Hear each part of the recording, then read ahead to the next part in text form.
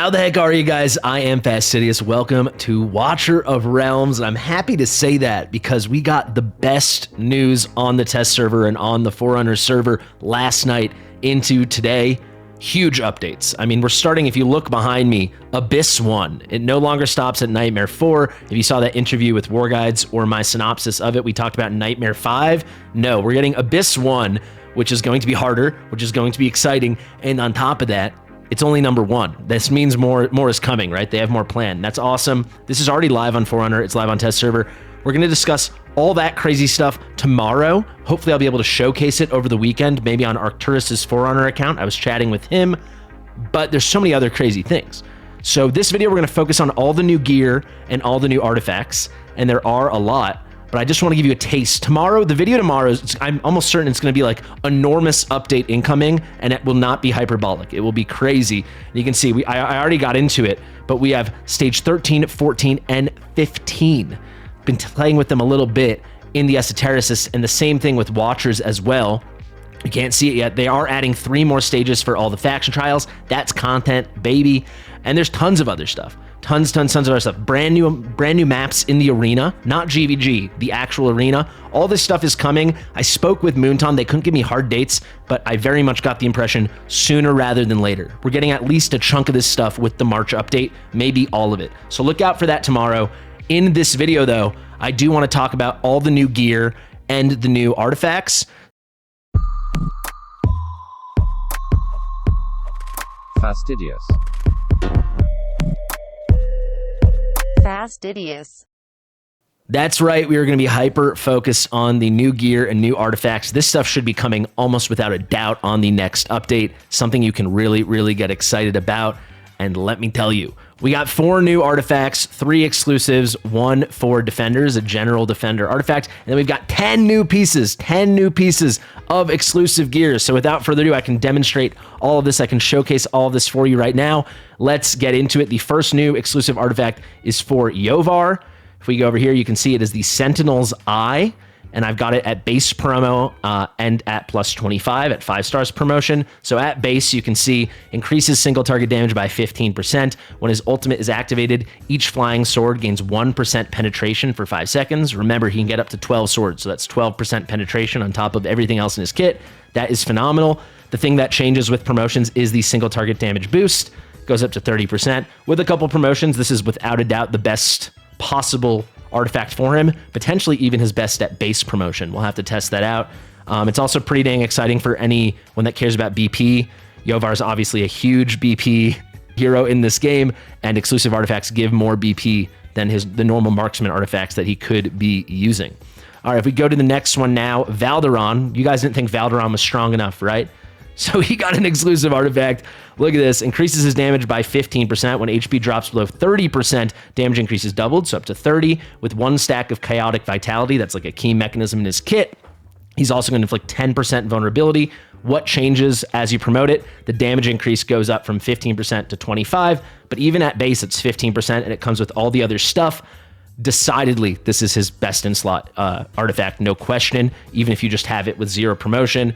Think about that at max, though, because it's going to double when his HP is low. 50% damage boost with the vulnerability, all that other good stuff.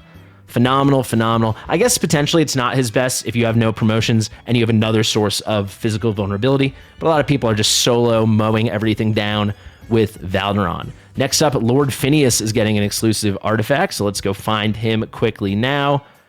Shout out to Viceroy, shout out to Hawkus. This is like their favorite character. Let's check it out at base promo. Increases damage against targets inflicted with burning by 20%. Basic attacks inflict 15% damage reduction on the target, so that's huge. He just became insanely viable for Guild Boss 2. 15% though, that's like half as much as what Alistair does or what Init does or Volca. Let's see what happens with max promotions. On top of that, Blade of Treachery, one of his moves, inflicts 30% damage reduction onto targets for 3 seconds. So we actually do got to take a peek at what is Blade of Treachery. This is triggered, there's a 25% chance on every basic attack. You'll have to get him to go kind of fast, but that is that full max damage reduction we get, that debuff you can place in this game, getting it up to 30% like the other ones I just mentioned. When you get, let's actually do a little comparison so we can do a side by side. So this is it at max. Let's pull up the base too. So the damage increase goes from 20 to 30, and it does look like everything else is the same. This is going to be his best in slot for almost all content. It depends where you're using him, but because you're really for Guild Boss 2, this is, how can you not use it, I guess. It's pretty dang spicy. The weird thing is, he himself, he doesn't put out any burning until he has Awakenings, so you'll rely on other Infernals or other Nightmare units maybe to put out burning. That'll be fine. And then we've got a new Defender artifact, so let me show you that right now. Let's just go to Torador. Let's see, can I find it? Where's our new guy? Here it is. So here's it at base. It's the Cadaver Dagger. Cadaver Dagger, say that 10 times fast. Increases max HP by 5% and damage by 6%. When taking damage, both max HP and damage increase are doubled for 8 seconds. Your tanks are taking damage all the time, so effectively, it's 10% and 12% respectively on that max HP and damage at base. If you get it to 25, the max HP boost stays the same, but the damage goes up to 10%. Also, those effects will last for 10 seconds now, not 8. I don't like the way it scales. Pretty good at base promo. You'd love to see the max HP go up and not just be static at 5%. But for anyone that you want to just have a lot of HP and also maybe deal a little damage if that starts happening in this game, it's a good choice. I don't think this is a game-changing artifact at all. All right, some pretty cool things I can show you now. So this is fantastic. If you go to the Gear Foundry and you just go to the Forge, you click this little question mark, they show you every piece of exclusive gear and you can click on it and learn about it. So this is our left side stuff.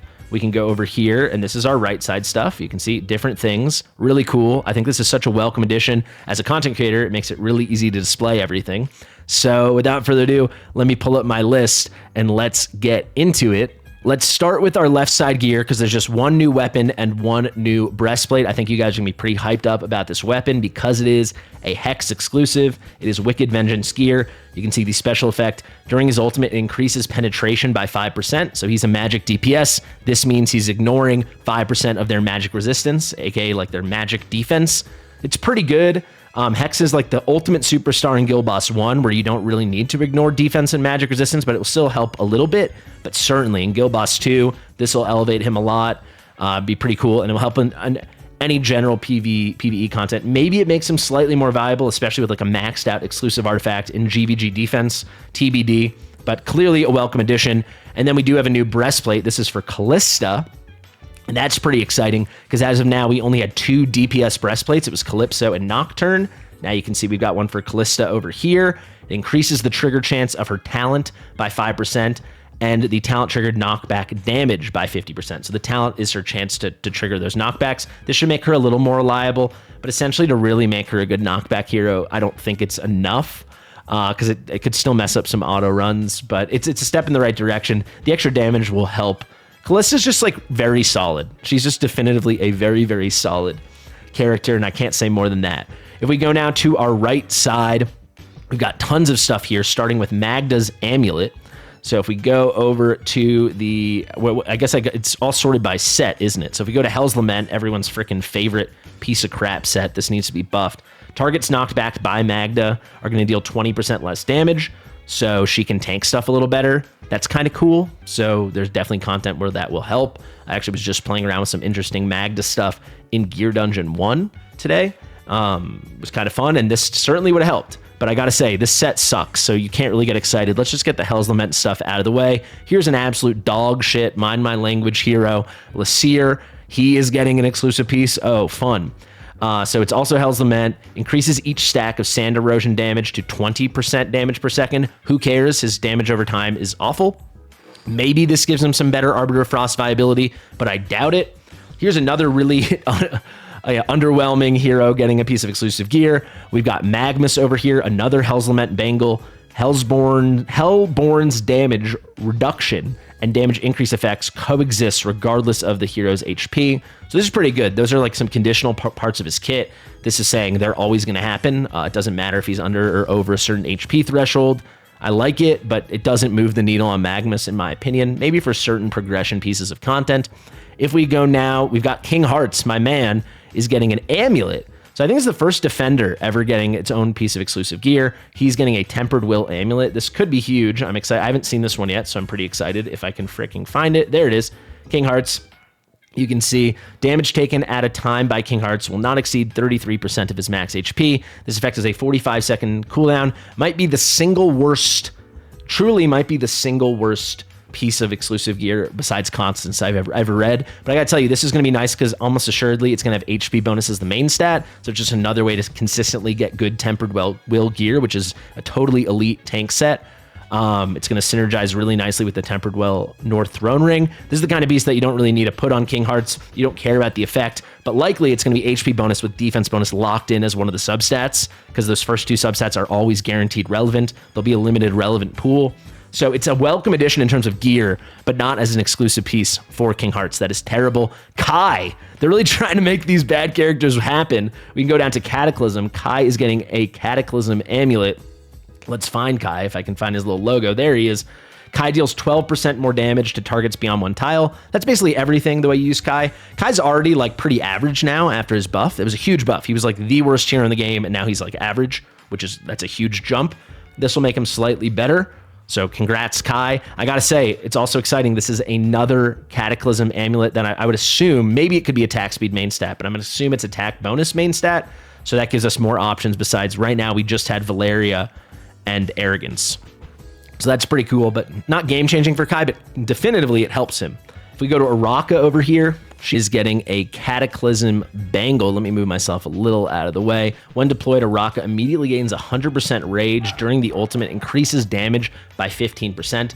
I like that a lot. I mean, that's just an additional damage boost, and that 100% rage means she can insta-ult, which is going to be cool for progression stuff like Gear Raid 3. That will help. You can get that time that damage out, especially if you're not using Diao Chan. If you're using Dolores or using Beelzebub or even Constance, it makes it much easier to time out with your Silas or your Sargok and your Idril, all that stuff. But I gotta say, the key thing, if you use Araka's exclusive artifact, once she ults, maybe it's 3 times, but I think it's twice. I guess I could quickly check this. I will, but I'll explain it while we go. Her effect of her ultimate becomes permanent. So that synergizes super well. So essentially, after that first one, she only has to ult once. Let me show you with Araka, the exclusive artifact I'm discussing. So it's the 3rd activation. So I'm glad I did check. You can see over here, her ultimate just becomes permanent, a full, infinite duration once it's been triggered 3 times. So now you only have to trigger it twice. That does change stuff. Like that will make her better. This should make her pretty. She already was kind of usable in Arbiter Frost. I wonder if this helps in a pretty major way. I mean, poison is not the meta, burn is the meta, but it's something. Cool. That's a cool one for Araka. I like that. Aracha. I never know what I want to say. Let's go back over here. There's plenty more to discuss. Where did we leave things off on my list? We said Araka. Hot Sit. Yeah, Hot Sit wasn't good enough. She needs an exclusive piece of gear. She is getting an amulet. Enhances Ghastly Stealth. Each time Hot Sit kills an enemy, gains an extra 2% attack. Doesn't look like there's a cap on this, folks. I'm not seeing a cap on this. Think about Gear Dungeon 2, Gear Raid 5. She kills those guys, those 4 guys that come out, she kills them 16 times. That'd be a 32% attack increase. Imagine using her in Furious Torrent, where she's killing endless units. I don't see a cap here. I don't see it for X amount of seconds. I don't see a cap. Let me know if I'm missing something, but this is crazy. I don't get it. That's crazy. Am I missing something? Let me know if I'm missing something. Ezrin is getting a Wings of Grace piece. This is cool. Another way to get good Wings of Grace gear. Remember, a big part, like I talked about with Hearts, with this exclusive gear is they have guaranteed main stats, so it takes out some variability. It's just a good way to fill out your sets, even if you don't put it on Ezrin or put it on King Hearts. When Enlightened Breath and Verdant Rejuvenation affect allies beyond range, the healing effect reduction is decreased by 40%. I love that. So when he heals people out of range, it's not as strong. It's not a fully potent heal. It has a penalty. This reduces the penalty a ton. It's going to be huge for GVG. This is going to be like a must-have if you want a really cheeky, nasty Ezrin, which I do employ one of those. And that is it. We have the 10 pieces of exclusive gear, 8 on the right side, the 2 we did at the beginning on the left. We discussed the 4 new artifacts, the 3 exclusives, and the new Defender artifact.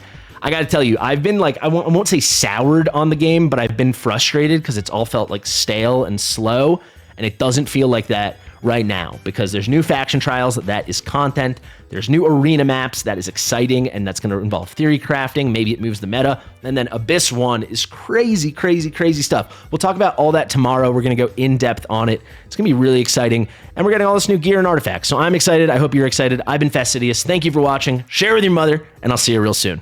Bye.